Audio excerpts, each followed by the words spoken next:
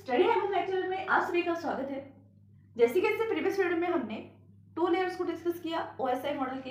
First layer होती है हमारे पास फिजिकल लेयर, सेकंड लेयर होती है डेटा लिंक लेयर एंड जो थर्ड लेयर होती है वो आज हम डिस्कस करने जा रहे हैं विच इज नेटवर्क लेयर। तो चलिए वीडियो को स्टार्ट करते हैं और देखते हैं हमारी ओएसआई मॉडल की। तो चलिए स्टार्ट करते हैं और देखते हैं हमारी ओएसआई मॉडल की थर्ड लेयर कैसे ये वर्क करती है, कैसे इसका फंक्शन है, कौन कौन से फंक्शन है, किस चीज को कैसे ऑपरेट करती है, कौन सी ऑपरेशंस इस पे किस तरह से फॉलो किए जाते हैं, इन जनरल थिंग इस पे हम डिस्कस करेंगे। तो देखिए सबसे पहले यहाँ पर क्या होता है, यहाँ पर हम नेटवर्क लेयर और उससे एक प्रीवियस लेयर, उसके एक नेक्स्ट लेयर। अब नेटवर्क लेयर से एक प्रीवियस लेयर कौन सी लेयर होती है, ट्रांसपोर्ट लेयर।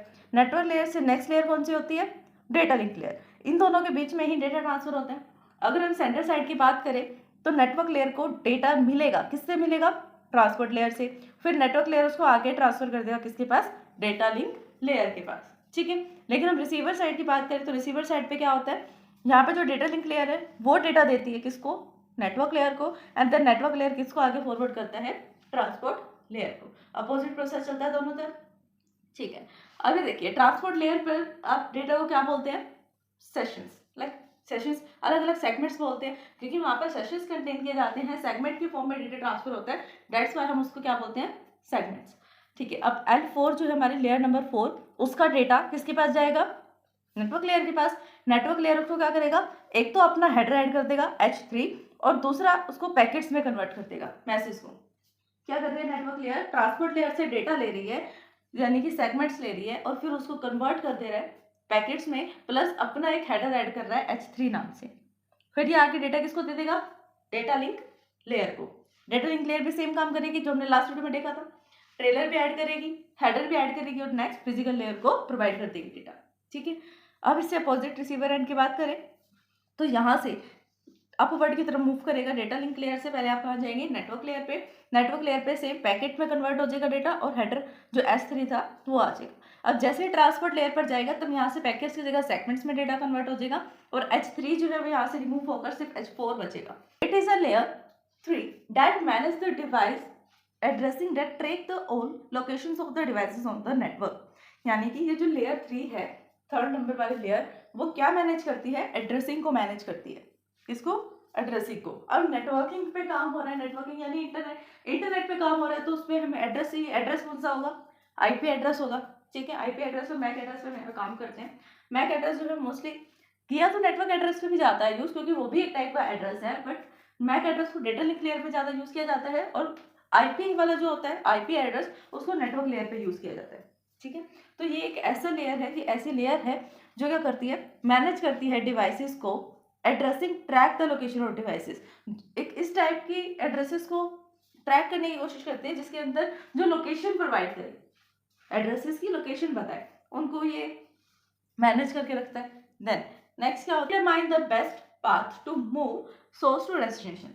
ये सबसे बेस्ट पाथ हमें बताता है, राउटर्स का यूज करता है जो हमें बेस्ट पाथ बताए कि अगर हमें सोर्स से लेकर डेस्टिनेशन तक हमने डेटा को ट्रावर्स करवाना है या ट्रांसफर करना है तो उसके लिए हम सबसे बेस्ट वाला पाथ कौन सा चूज कर सकते हैं। देन डेस्टिनेशन और based on the network conditions, network की कंडीशंस के ऊपर बेस करके कि जिस टाइम पे हम ट्रांसफर कर रहे हैं डेटा को सोर्स के डेस्टिनेशन पे या डेस्टिनेशन पॉइंट कहाँ पर है, उनकी कंडीशन क्या है, उन सब चीज़ों को देखकर प्रायोरिटी ऑफ सर्विसेज और अदर फैक्टर्स को हम ध्यान में रख करके ये चेक करते हैं, राउटर ये चेक करता है कि मुझे किस तरह से इस पैकेट को राउट करना है नेटवर्क लेयर पे या किसी भी टाइप की लेयर पे, बस उसको एक ट्रांसफर करना है एक मशीन से दूसरी मशीन पे, simple. Data link layer is responsible for routing and forwarding the packets. यहाँ पर जो डेटा लिंक लेयर थी वो भी डेटा को फॉरवर्ड करने का काम कर रही थी, नेटवर्क लेयर तक पहुंचाने का। जो हमारे पास मैक लेयर होती है वो क्या काम करती है, एलएलसी लेयर्स और नेटवर्क लेयर के बीच में काम करती है कि वो उसको कन्वर्ट करके पैकेट्स को कन्वर्ट करने का काम करे, पैकेटाइजिंग कर ले, ठीक है। तो वही चीज़ ये कह रहा है कि रिस्पॉन्सिबल है किसके लिए, राउटिंग करने के लिए और फॉरवर्डिंग करने के लिए। राउटिंग मीन्स अपने पैकेट को राउट करना एक बेस्ट पार्ट ढूंढकर, और दूसरा फॉरवर्डिंग। फॉरवर्डिंग में सिर्फ एक हम फॉरवर्ड नहीं करते, मल्टीपल पैकेट्स फॉरवर्ड किया जाता है। पैकेट्स एक है बट मल्टीपल डेस्टिनेशंस पर वो जाएगा, तो वो होता है फॉरवर्डिंग। इसको हम फ्लडिंग भी बोलते हैं। Routers are the layer 3 device. Router जो है लेयर 3 डिवाइस होते हैं जो नेटवर्क लेयर पे काम करते हैं, इसलिए इसको लेयर 3 डिवाइस बोला जाता है। They are specify in a layer, उस लेयर पर काम करता है and use to provide the routing services, और राउटिंग सर्विसेज देने की कोशिश करता है within the internet working. जब तक इंटरनेट चलेगा, इंटरनेट मिलता रहेगा राउटर को, तो वो आपको बेस्ट पाथ बताता रहेगा कि किस पाथ से एक नोड से किसी दूसरे नोड पर आपका डेटा जो है वो ट्रैवर्स करेगा। ठीक है, then the protocol use to route the network traffic. जो प्रोटोकॉल्स नेटवर्क ट्रैफिक पर राउट करने के लिए यूज किए जाते हैं, नेटवर्क को या फिर हमारे राउटिंग पैकेट्स को राउट करने के लिए यूज किए जाते हैं, उसको हम नेटवर्क लेयर प्रोटोकॉल्स बोलते हैं। यानी कि नेटवर्क लेयर पर अगर हमें कुछ सेंड करना है, नेटवर्क लेयर पर कुछ ट्रावर्स करना है या फिर ट्रांसफर करना है, उस टाइम पर नेटवर्क लेयर पर जो सब चीजों को संभाल रहा है, जो उसमें रूल्स फॉलो किए जा रहे हैं, प्रोटोकॉल फॉलो किए जा रहे हैं, उसको हम नेटवर्क लेयर प्रोटोकॉल बोलते हैं। For an example IPv6, IPv4। IPv जो 6 है एंड 4 है, ये वर्जन है इंटरनेट प्रोटोकॉल्स के। नेक्स्ट यहाँ पे बता रहे हैं नेटवर्क लेयर की। फर्स्ट होता है इंटरनेटवर्किंग करना। इंटरनेट तो क्या काम करता है कि अगर हमें एक नोड से दूसरे नोड तक काम अटैच करना है देन कर सकते हैं। एक ऑटोनोमस सिस्टम से किसी दूसरे ऑटोनोमस सिस्टम के साथ अटैच करना है वो भी कर सकते हैं। एक पर्सन इंडिया में है, दूसरा किसी और कंट्री में है, अगर उनके नोड्स को अटैच करना है वो भी हम कर सकते हैं। ये तो हम कर सकते हैं जब हम लॉन्ग डिस्टेंस की बात करते हैं। बट इंटरनेटवर्किंग कहाँ पे जाती है? With in auto system and autonomous system. हम क्या करते हैं? इंटरनेटवर्किंग करते हैं जो आपस में इंटरनली कनेक्ट होते हैं नोड्स, उसके बीच में डेटा को ट्रांसफर किया जाता है। Internetworking is the main responsibility of the network layer. Network layer की सबसे मेन रिस्पॉन्सिबिलिटी क्या है? Internetworking.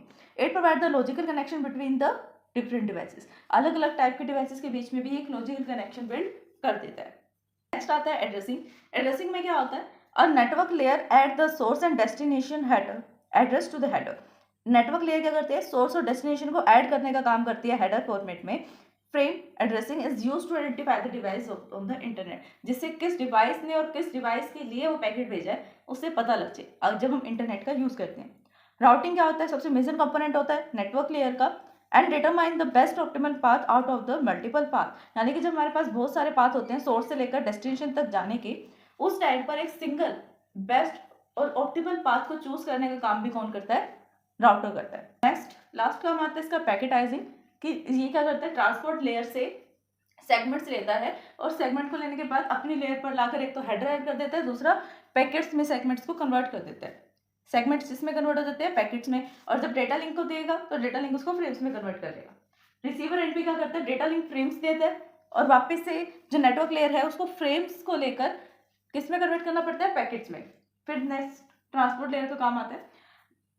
A network layer receive the packet from the upper layer. Network layer क्या करता है? अपर लेयर से पैकेट रिसीव करता है और उसको अपर लेयर से सेगमेंट्स को रिसीव करता है और पैकेट में कन्वर्ट कर देता है।